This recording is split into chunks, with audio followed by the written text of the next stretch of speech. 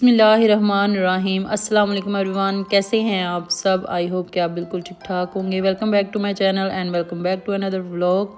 तो यहाँ पे आपके साथ शेयर करेंगे अपनी वीकेंड रूटीन। और ये हफ्ते का दिन था। हाई सोसाइटी में तो वीकेंड जो है किसी और ही तरह मनाए जाते हैं, लेकिन हमारे मिडिल क्लास जो घर हैं यहाँ पे हाउस वाइफ की रूटीन जो है वो घर से शुरू होकर घर पे ही ख़त्म हो जाती है, ख्वाह वो वीकेंड हो या रोज़ की हो। तो यहाँ पे देखें जी, यहाँ पे हमने एक दिन पहले मशीन लगाई थी, तो कपड़े वगैरह सारे अभी तय करने वाले हैं, उठाने वाले हैं। और मेरी ये आदत है कि इनके जितने भी कपड़े अपने मेरे हों या ना हों, लेकिन इनके मैं वीकली क्या दो हफ्ते तकरीबन हमारे निकल जाते हैं, जो कपड़े मैं प्रेस करके रखती हूँ ना। तो ये सारे कपड़े जो हैं वो प्रेस करके जाएंगे उनकी कबर्ड में।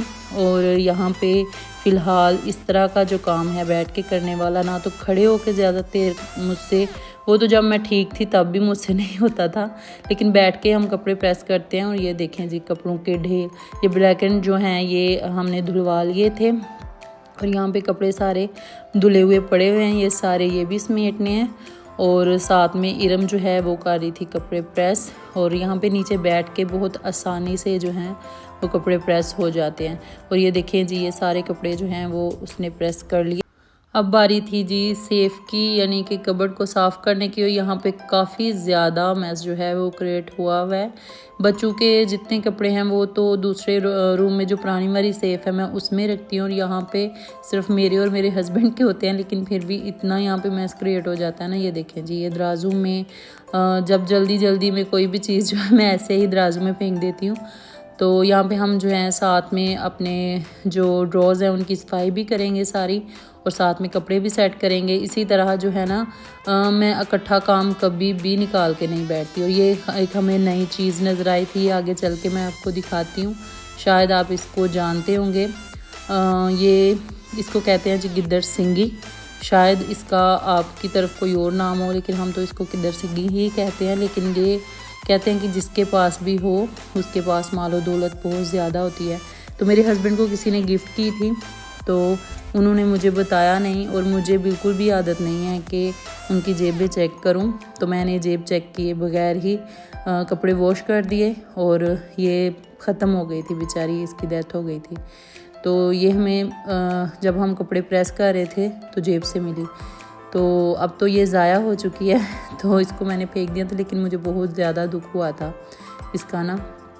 और यहाँ पे देखें जी, मैं आपके साथ शेयर कर रही थी कि मैं बिल्कुल भी काम जो है वो इकट्ठे खोल के नहीं बैठती। कोई भी काम, ख्वाह वो किचन का हो, सफाइयाँ दूसरी घर की सफाइयाँ करनी हो, या किसी सेफ़ या अलमारी की सफाई करनी हो, तो मैं एक एक कैबिन करके तो सफाई करती हूँ। इसी तरह इरम को भी मैंने बताया, तो उसने इनके कबर्ड की जो है ना सफाई कर दी थी, सारी चीज़ें निकाल दी थी एक्स्ट्रा, और उनके कपड़े जो हैं वो सारे हैंग कर दिए थे। और ये देखें जी, ये दराज, ये जो ज़रूरत की चीज़ें थी वो सारी मैंने इसमें रख दी। बिल्कुल थोड़ी सी चीज़ें थी, ये सारी चीज़ें जो हैं वो मैंने दराज में रख दी थी ताकि निकालने में आसानी हो। तो यहाँ पे कुछ परफ्यूम्स थी इनकी, कुछ ये मार्क्स वगैरह पड़े हुए थे, ये सारी चीज़ें इसमें रख दी थी। और कपड़े इनके हमने यहाँ पे हैंग कर दिए थे।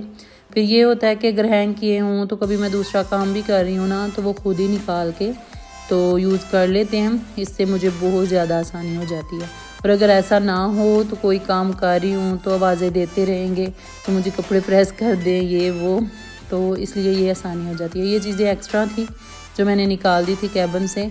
और ये देखें जी, ये परफ्यूम मुझे इतनी इसकी पैकिंग जो है वो पसंद है ना, मेरा दिल कर रहा था कि इससे कोई चीज़ जो है DIY की जाए, लेकिन नहीं, इसका मैंने बहुत कोशिश की ऊपर से इसका लिड खोलने की, लेकिन ये नहीं खुल सका, तो मुझे फेंकना पड़ा। यहाँ पे शाम हो गई थी, तो शाम के टाइम का खाना जो है वो मैंने बनाना स्टार्ट कर दिया था। यहाँ पे मैं जो है ना चिकन कोरमा कह लें या चिकन कढ़ाई कह लें, वो मैंने बनाना था, शोरबे वाला नहीं, थोड़ा ड्राई सा ही हम बनाएंगे। सबसे पहले मैंने प्याज, हरी मिर्च और टमाटर को घी में थोड़ा सा सौते कर लिया था, उसको निकाल के तो उसका पेस्ट बना लिया। यहाँ पे घी पे मैंने डाल दिया था खड़ा मसाला थोड़ा सा, और साथ में डाल दिया अदरक लहसुन का पेस्ट, और चिकन डाल के हमने इसको अच्छे से भून लिया था।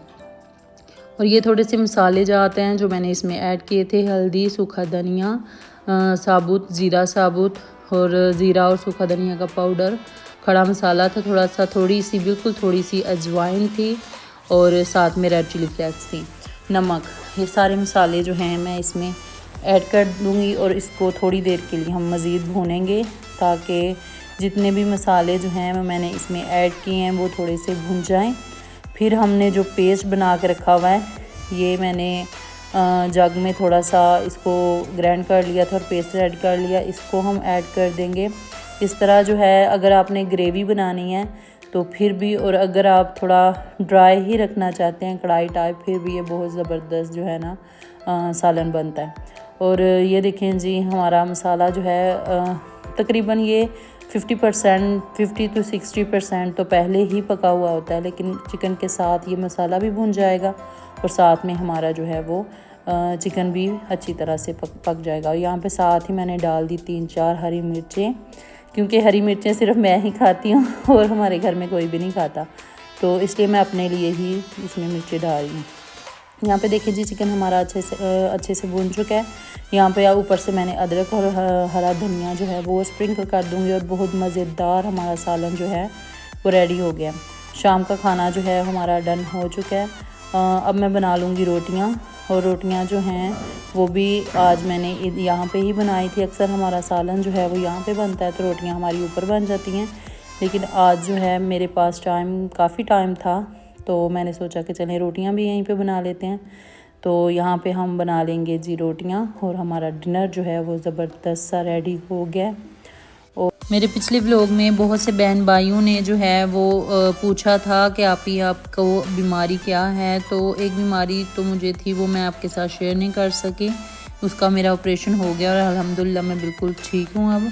और एक जो बीमारी है वो है मुझे शुगर, और शुगर जो है वो इसका इलाज तो नहीं है कोई, लेकिन यह है जब तक मैं परहेज़ करूँ या मेडिसिन यूज़ करूँगी तब तक अल्लाह का शुक्र है मैं ठीक रहूँगी। तो मुझे बहुत सारी मेरे लिए आपने दुआएं करनी है, और अल्लाह का लाख लाख शुक्र है कि अल्लाह ने हमें हाथों पाँव से तो सेहत नवाजी है ना।